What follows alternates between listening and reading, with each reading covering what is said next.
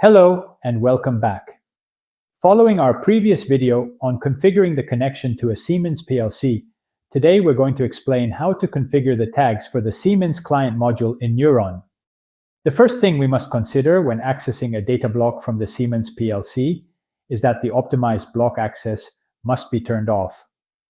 Let's navigate to the TIA portal's project tree. Find the data block you want to access, right-click on it, and select Properties. In the Properties window, locate the Attributes section and disable the optimized block access. Save the settings and download the new configuration to the PLC. Since I have already done this, I will just close the Properties window. Before going back to N3uron to configure the tags, let's inspect the data block that we are going to access. As you can see, the number of the data block is 1, and it has two variables. One is an array of 10 integers, and the other is a structure with different data types. The syntax used by the Siemens Client module to access the variables in the PLC involves providing the number of the data block followed by a colon and the offset of the variable within the data block along with the data type. For Boolean types, you must provide the bit number you want to access within the byte.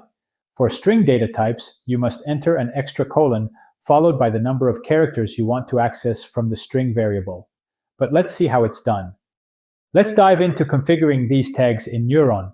I'll navigate to the Tags Configuration subsection in the Config tab and start setting up the tags.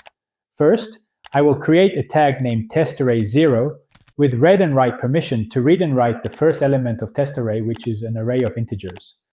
I will enable the source for this tag, select the module type as Siemens Client, and the module name as Siemens Client, just like we named the Siemens Client's instance. I will provide the device name, which in this case will be PLC01. For the S7 address, I will enter DB100, then I will select the data type as int16 and configure the scan rate to 2000 milliseconds. Now let's create the rest of the tags.